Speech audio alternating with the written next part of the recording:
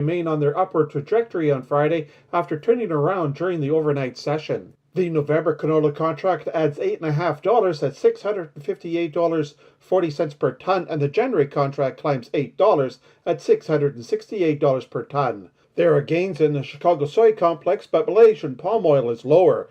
Meanwhile, European rapeseed is narrowly mixed in choppy trading. Slightly lower crude oil prices are putting a little bit of pressure on the oilseeds. The Canadian Grain Commission reports canola exports of more than 252,000 tons for the week ending June 30th. That helps to raise the oilseeds exports past Agriculture and Agri-Food Canada's revised target of 6 million tons. However, canola exports are down nearly 1.36 million tons from a year ago. The Canadian dollar turns lower on Friday morning, with the loonie pulling back to 73.3 US cents, compared to Thursday's close of 73.46. In the United States Department of Agriculture export sales report for the week ending June 27th, soybean export sales see old crop come in at the low end of trade expectations at 228,000 tons, while new crop hits the high end at 150,000 tons. U.S. soy meal export sales come to 213,000 tons of old crop and almost 289,000 tons of new crop. Soy oil is at 16,500 tons of old crop and 4,800 tons of new crop. While soy meal meet their market guesses, old crop soy oil exceeds projections. Export sales for corn are below trade estimates at 350,000 tons of old crop, but the 311,000 tons of new crop are towards the high end of projections. Those for U.S. wheat surpass trade expectations at more than 805,000 tons. Rounding off prices at the Chicago Board of Trade, soybean futures are mixed on Friday morning. The November contract tacks on a quarter cent at $11.23 per bushel. August soy oil adds 0.3 of a cent at 48.94 cents per pound. August soy meal gains $4 at $354.10 per short ton. Also in Chicago, September corn is up 4.5 cents at $4.10 per bushel. September oats dip 0.75 of a cent at $3.07. The U.S. wheat complex is stronger as Chicago September advances 14.5 cents at $5.88.5. Kansas City September jumps 13 cents at $5.97. And Minneapolis September adds 8 cents at $6.30.5. That's a look at the ICE futures and the Chicago markets for Friday morning, July 5th. For MarketsFarm.com in Winnipeg, I'm Glenn Halleck. Outstanding capacity, innovation, and the industry's highest density come together in a New Holland roll-belt round baler available from Butler Farm Equipment in Fort St. John. Whether you make 4x5 foot, 4x6 foot, or 5x6 foot bales, there's a roll belt right for you. All models feature wide, durable pickups and smooth feeding systems for faster baling. Integrated precision solutions help you make smart baling decisions on the go. Stop by Butler Farm Equipment in Fort St. John today. The opinions expressed on this show do not represent those of the station. If you've missed any of the shows, you can follow the podcast at energeticcity.ca. Welcome to This Week in the Peace, a show dedicated to the people, events, and news of BC's Peace region. Here's your hosts, Dub Craig and Steve Burrard. Good morning. It's just Dub Craig today. Steve will be back next week. We only have one guest today, but it's an important guest. You may have heard or saw the social media post put up by the Fort St. John Hospital Foundation earlier this week, showing off a bunch of new employees that have just started at the hospital recently. It isn't a spate of doctors and nurses, but relational security officers who are charged with making the hospital space safer for healthcare workers and patients alike. This is sort of a province-wide initiative, and this is the Northern Health version of it. So to tell us a bit about this new program, I'm very glad to be joined this morning by Northern Health's Regional Director for Protection Services, Chris Charters. Chris, welcome to This Week of the Peace. Thank you very much, Dub. Thank you for having me. So why don't we start off with you telling us a bit about these relational security officers? What's their mandate? What's their job at the hospital? Sure. Thank you. So in relation to an announcement that came from the Ministry of Health back in October 2022 to increase the security and safety within our healthcare sectors and within our acute centers, So there was a decision made through 70 deliverables of the Health Human Resource Strategy to improve security. Along with that was the move from a contracted model of security to an in-house model of security. And what that means is all of our relational security officers or Northern Health employees, they receive the same benefits. They are part of the care team and are integrated within to the healthcare sector as well. It's unique to Northern Health. Northern Health has never had in-house security. Previously, we were serviced by some of our sites with Paladin Security, who was a vendor and a contractor. So now, as of October 2023, we started implementing the Relational Security Program and the Protection Services Program in Northern Health. Mm-hmm. Now, there's a couple moving parts to this that are of interest. I mean, you already mentioned Northern Health has had security guards in the past. We'll talk a bit about that in a moment. But you were saying kind of before we got on the air, some other regional health authorities have already had in-house security, I suppose, before this announcement or before Northern Health. Was that a part of this original announcement, or did they have a version of this even before, the BC government said we want to hire up, it was 300 or something, new relational security officers to kind of fill these positions at, I guess, places that didn't have them already? Yeah, no, exactly. So all of the health authorities in British Columbia, minus Vancouver Island Health Authority, had the contracted model. Vancouver Island Health Authority had an in-house Vancouver Island employee program, which they called Protection Services, since the early 80s. So when the announcement came up, the ministry really wanted the health authorities to model what was going on the island. A really established, well managed program that's been very successful since I think it was the early 80s that they were implemented. So I had the opportunity, as it didn't exist, protection services didn't exist, or relational security in Northern Health. So once I took this position, I was able to fly down to the island and really immerse myself into the program that they have established there. And that's where I got my start and my beginnings of the framework for Northern Health. Mm-hmm. So what would you say then is the kind of the biggest difference, operationally for these relational security officers, in comparison with, say, a Paladin Security or contracted security, as you say?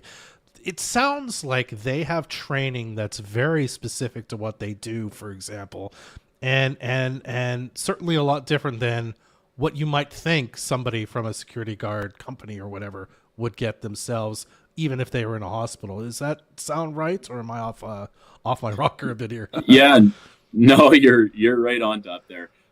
What's unique, and I think everybody really thinks about the security industry as responders to incidents. What's unique about the relational security program? We do our best to mitigate and prevent violence in our sites. And what that really means is understanding our patients, understanding our staff, integrating within the clinical teams, going to the bedside meetings, understanding who's in our site. What are some of the traumas that these individuals have that are coming through our doors, and what we could do to facilitate a wraparound healthcare support. The one unique training bit that all of the relational security officers across the province go through is an 8-hour in-person trauma-informed training. And what that really means is understanding the traumas, the people that come through our doors. What have they gone through? How can we make their experience more enjoyable? Most people don't think about going through emergency doors and seeking healthcare, but some do. Some have previous generational traumas. Some people have traumas of seeing loved ones die. We went through COVID. A lot of those things really make people apprehensive of coming through our doors in emergency. And we want to make sure that their experience is exactly what they need, and our staff is safe. And I can give you, a quick example is if we have individuals that come in and they have traumatic brain injuries or they have UTIs, things like that, that might affect their ability to be able to cope, be able to manage what might cause some behavioral issues. We know that by going to these bedside meetings, talking with our patients and talking with our clinical staff, So when we get called to that incident, we know that that's not just behavioral. That is an issue, that healthcare issue. And then we do our best through our trauma-informed practices to manage that situation. So we prevent the violence, and we mitigate the violence, and not just respond. And I think that's what traditionally we have seen with contractors or other security professionals is something has gone wrong.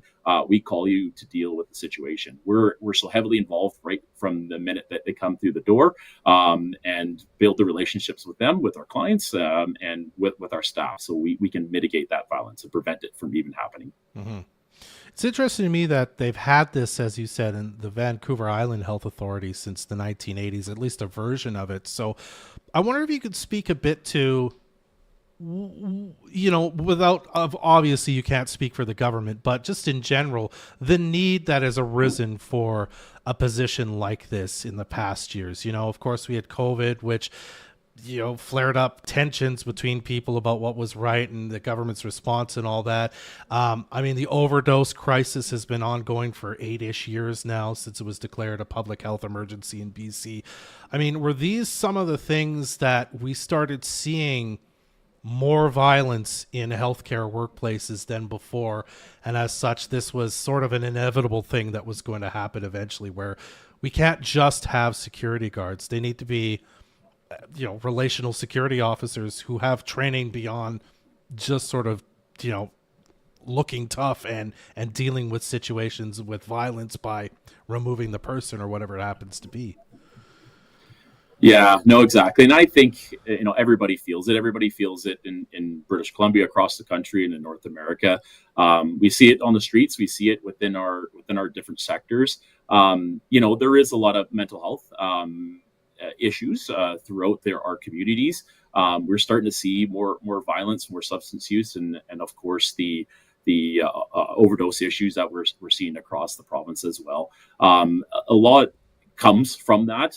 There are behaviors. There's people really, really struggling in our communities, and I think our healthcare sector, unfortunately, has seen a lot of violence within our sites. It used to be, such a sanctuary where people will go and receive care, and unfortunately, because of the way communities have gone, and the mental health within our communities have decayed a little bit, that there is a need to ensure that we have protection within our healthcare sector for our staff and for those patients.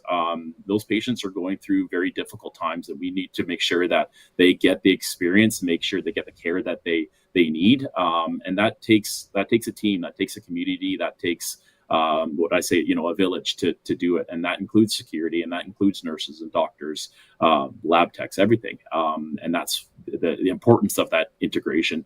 And to touch on a little bit more, Dub, about the uniqueness of the relational security program, we have the ability to train our officers 2 full weeks prior to them to going on to the floor for field training.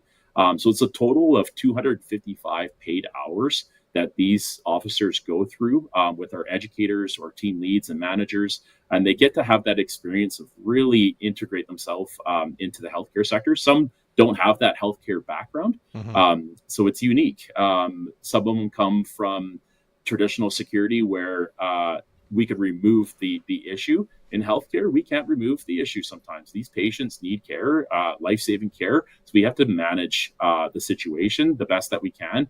And of course, through the lens of that trauma-informed practice. Mm-hmm.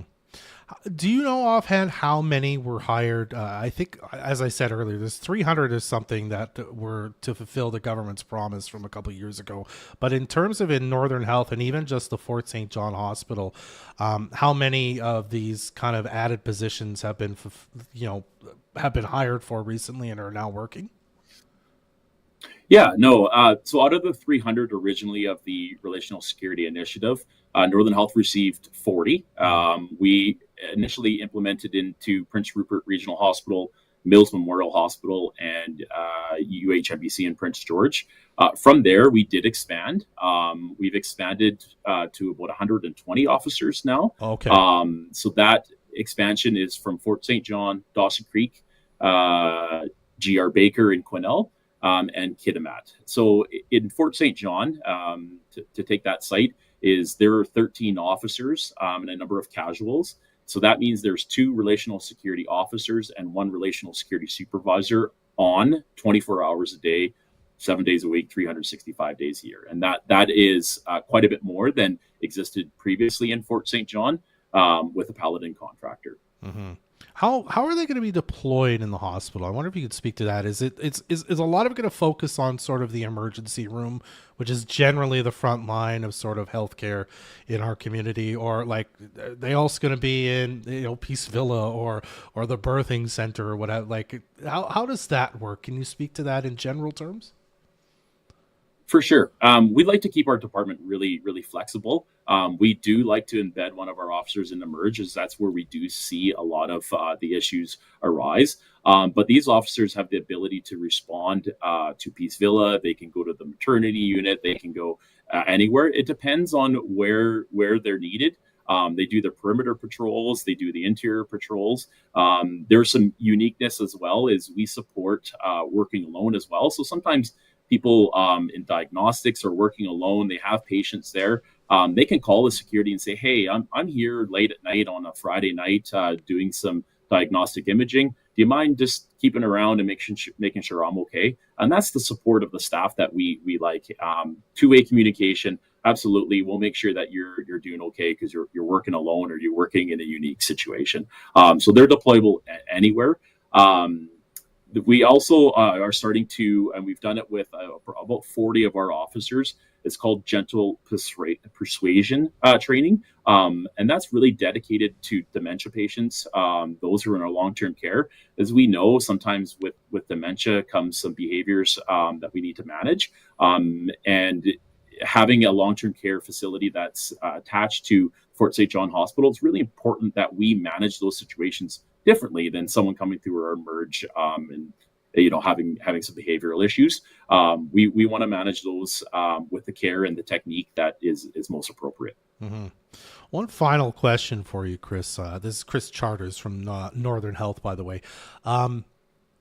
When I first kind of read about this, I was intrigued, of course, like I think a lot of people, but I also had the immediate thought, why couldn't have this money been spent on hiring more doctors and nurses? So I guess my question is, how does this help kind of the larger sort of challenging situation that Northern Health, that healthcare in BC, that healthcare in Canada is under, which is sort of the recruitment and retainment of healthcare professionals such as doctors and nurses? How does this help address that challenge, at least in some small way, in making it safer for everybody who is interacting kind of on the front line of healthcare in this way? Yeah, that's a great question, Dub. And I think this is where the government has really listened to our healthcare workers. What are some of the things that prevent you from coming to work or prevent you to retaining your position in the North or being recruited to the North? And they really listened and said, you know what, safety, psychological and physical safety is a major, major factor for them. And we've responded, the province has responded and said, let's try and take that barrier away from you. If you feel safe at work, and I think we can all really feel that, if we have the ability to feel safe, have people around us that are going to respond if things don't go the way we want them to go, I think that's going to retain and recruit people into our region. We're starting to see it. We're starting to see that data. There's, the ministries surveying the healthcare workers where the relational security program is. Although we don't have all the data yet from the ministry, preliminary results are excellent. People feel safer. They feel safe walking to their car. We've got a safe walk program. It's dark. We know that unfortunately in the North, we get a lot of darkness in the winter. Mm-hmm. You don't feel safe walking to your car, call a security guard. One of the officers, they'll walk you to your car. Those little pieces, I think, are going to be incredibly important moving forward as we continue to retain and recruit into our regions. All right, Chris. Well, I really appreciate you taking some time to chat with us about this new program with us. Thank you so much for your time today. Thank you, Dub. I really appreciate it. You're very welcome. That's Chris Charters with Northern Health. We were talking a bit about the relational security officers that have started at Northern Health facilities recently and also in the Fort St. John Hospital. So big thanks to Chris Charters for joining us today on This Week in the Piece. If you missed the show, you can check out the podcast version over at energeticcity.ca/podcast. You can also check out past and future episodes there as well as we make them. And while there, make sure you check out our locally produced podcasts Before the Peace and Secrets of the North. I'm Dub Craig. Be well. Join us again next Friday morning at 10 for another edition of This Week in the Peace, your weekly talk show dedicated to the people, events, and news of BC's Peace Region. Or you can listen to this podcast again at energeticcity.ca.